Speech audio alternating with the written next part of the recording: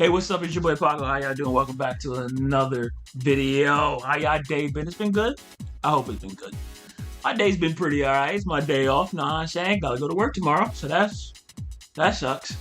But anyway, we got new Bleach. Nah, I'm saying Kisuke versus Asuka. The conclusion, the start of Ichigo versus Yuha Bach and Orihime. Let's not forget about Orihime. She's there too, being sunshine as usual.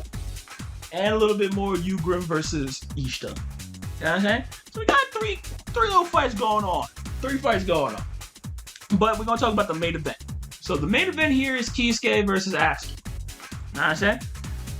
And it's peak. It's peak. I'm afraid it's peak. No, I'm not afraid. I'm confident. It's peak. It's peak. It's Kisuke. Come on now. You're looking to fire up the silver regardless. It's Kisuke. Kisuke never lets you down. Okay.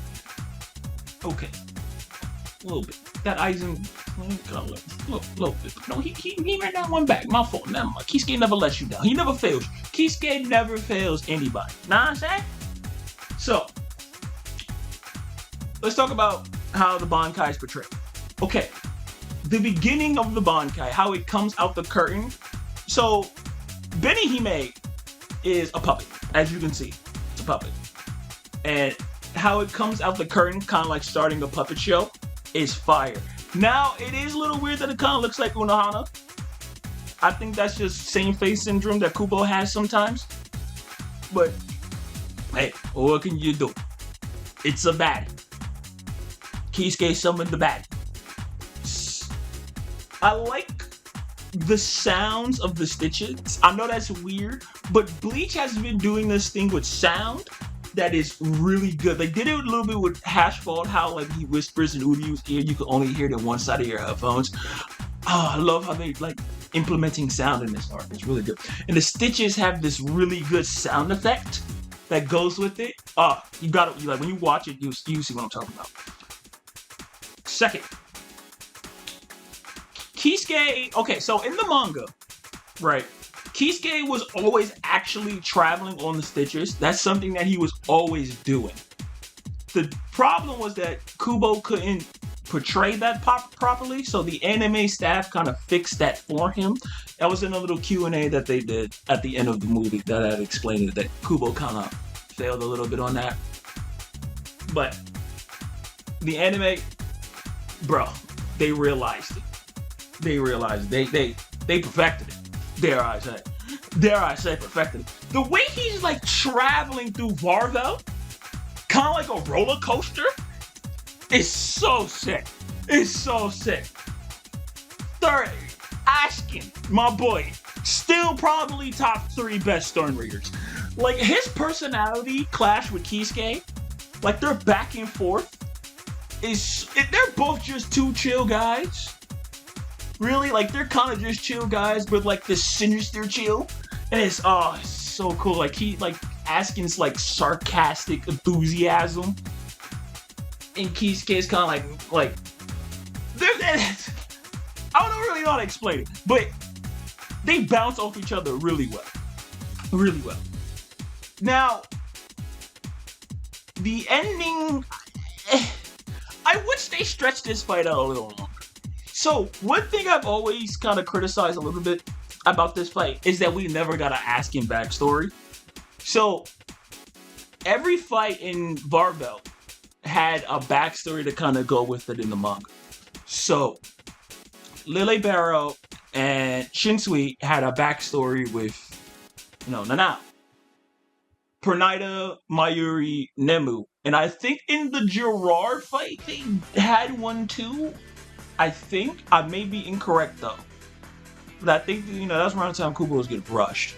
So maybe I might be wrong about that. But again, Bazz-B, Hashball, friend, they had a backstory. So I really wanted them to give like Askin a backstory here. Because Askin is very interesting. So Askin, if you don't know, taste tested poisons for kings. I think that's like a piece of his backstory that we know. Like he was taste tested for poisons. That's why death dealing, he knows so much about poisons, how they operate and whatnot. Helheim, I think, means poison of God? Something like that? God's poison? Something like around those lines? So, I would have loved to get more information on Askin. Sadly, we didn't. Grim Joe just takes him out. A little shame. And I am a little, I'm a little biased because I do like Askin more than every other Stern Raider. Like, because Asnot got a backstory. Like, I think Asnot is the only Stern Raider with a backstory. Like, some form of backstory. I think Asnot is, like, the only one. If I'm correct. Yeah, I think it's only Asnot. Which is weird that Asnot got one and not, like, no one else. It's weird. Well, besides you, Grim, and Basby. But, like, I was like, Asnot? Him? Alright. Okay, I ain't complaining. Asnot is sick. But, it's weird. The conclusion of the battle, we get Grim Joe taking out Maclevar. Brutal, mind you. Grim Joe, brutal with it. Just whole hand through the chest like a Mortal Kombat fatality. He said, BOOM! Crushed it too. I like the little effect that they did with the Bloot. How Bloot is like trying to surround his wound a little bit. Like the Bloot was trying to protect him, but it just couldn't. I like that little aspect that they added to that. But that's really the fight. We get a little bit more about Kisuke and how he fights, how he thinks of 1,000 scenarios. He's Mr. If I'm going to a battle, I gotta think of 1,000 ways to win. As long as one of them works, we're good. Which is what you need on the battlefield. This is why he's one of the 5 war potentials. So simply because of that logic. Mayuri should have been a war potential, but Kisuke definitely deserves a title. But, if someone's going into a battlefield thinking of 1,000 ways to win, that's crazy. But phenomenal fight. I love the additions to his Bankai. How it's finally been realized his kind of not saying maximum potential because I think it could have done more, but what Kubo really wanted to portray, like the movement, all that. It's sick. It's sick. Now let's go to the second half. It's a little shorter. We got the introduction of Ichigo in Orihime versus Yhwach. And it's typical introduction. I think it kind of goes one-to-one with the manga. Hearing it voiced makes me realize how diabolical of a man Yhwach really is. Like, calling Ishin a stepped-in father was disrespectful as hell. No wonder Ichigo crashed a little bit. Like, don't call my dad a stepped-in father. Bro, he said you killed one of my mothers, and he was like, you still on about that? I'm like, bro, what? Like, what are you saying like that? Yhwach was like, bro, you should not be mad at your mama died. She gave birth to you. She lived for me. There's no greater happiness than that. I'm like, you are the most disrespectful mother on this planet, bro. That is wild. What? Wild. Like, you have to get able to get you got Jujutsu after that. Like, no one Ichigo kind of crashed out over. I'm crashed out too. Like, what the hell? Bro, so rude, so disrespectful. Love Orihime having her moment of I finally get to fight side by side with Ichigo. Something she's always wanted to do. If you watch the original anime, a lot of Orihime stuff gets butchered. So there's one fun fact. There's one little scene of Orihime calling Chad in the manga about how she's going to train with Yoruichi to go to the Soul Society. That moment is cut out in the original anime, which is a little unfortunate. It's a little sad. But what can you do? The original anime really did not like Orihime. So it was very tragic. But anyway, love it. The Orihime moment is not going to happen to the next episode. I thought it was this episode where we get the flex. It's going to happen next episode, which I'm not complaining about. Orihime does her, let me tell you something about Orihime anyway, bro. That upscale is going to be diabolical next week. Diabolical, bro. Top 5.